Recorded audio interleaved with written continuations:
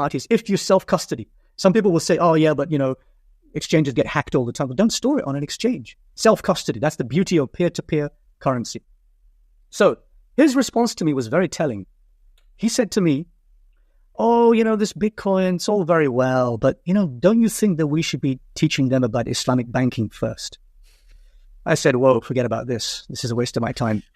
This brings me to my next question. Why do you think, there are a lot of scholars, very famous, that rubber stamp everybody whenever they talk about Islamic banking. More often than not, that's the sad part, is in the age of information, more and more people are not really going out there and educating themselves. What they tend to do is they're like, oh, I don't know, this is really confusing, but this, sort of alim and Mufti Saab has said this, and based on this, I will now make all of my financial decisions. And so again, a lot of these Sharia compliant Islamic banking, Islamic finance situations that are happening are more often than not rubber stamped by, and I'm not saying they're bad or they're corrupt or whatever, but, these sort of powerful Islamic scholars. Why do you think have they been unable to understand the core fundamentals? Like on a very fundamental level, you're really breaking it down, right? You can't create fiat currency. You can't have fractional reserve banking system. You can't have a debt-based system that is going to incentivize consumption more than it incentivizes productivity, right? And that's what we're seeing in Pakistan. The boom-bust cycles are always driven by consumption. You get some money and then you import a bunch of goods to consume. You lower the interest rates, and now the rich or the upper middle class and above, have their new cars and their new laptops and their new whatever, and then you're out of money. Whereas if it was an Islamic form of, or Islamic economic system, people wouldn't, when they'd be lending you money, they'd be like, why do you want a new house? Why don't you go and start a business? Why don't you export or do this or do that? And so automatically the capital, without any government intervention, would essentially directly start to find its way towards efficiency and productivity.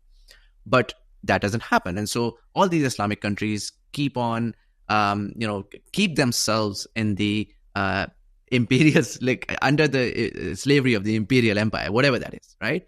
Why do you think that is vis-a-vis the scholars? So I want to be really clear on the scholars. I have the utmost respect for them. I have worked with many of the world's leading scholars.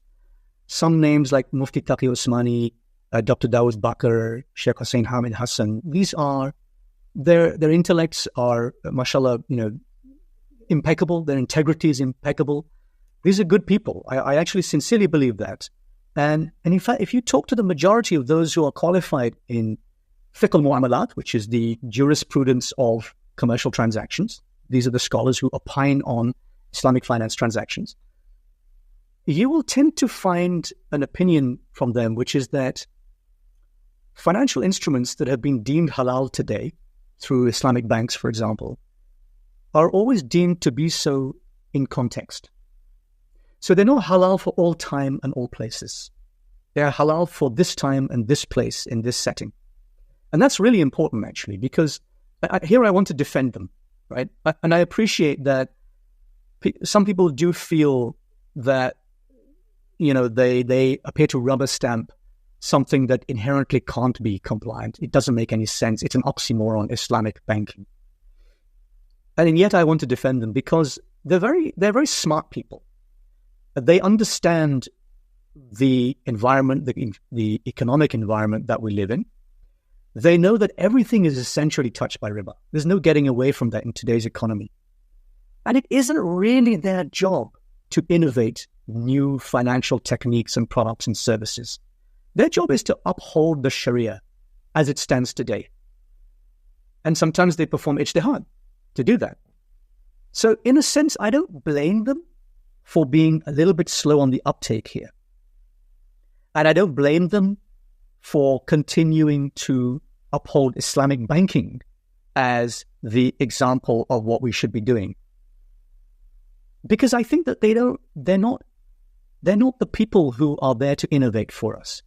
It's actually financiers, people like me, practitioners, who are there to invent new products and then convince the people and the scholars that this is something wholesome that we should all be using.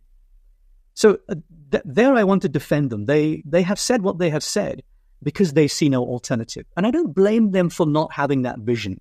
That's, in a sense, not entirely their fault. But I am seeing some young scholars come up now, by the way, who are at the coalface. They're right in the middle of the industry itself, working with practitioners to create new products. And that's a very exciting development, by the way. Those are lesser known names. They're not global brand names like Mufti Taqi Usmani. But they're essentially the brand names of the future, right? They're the ones who are building the books. So. Yes, I hope so. Yeah. If I were to ask you, again, zooming out a little bit, we've spoken about, you spoke about IMF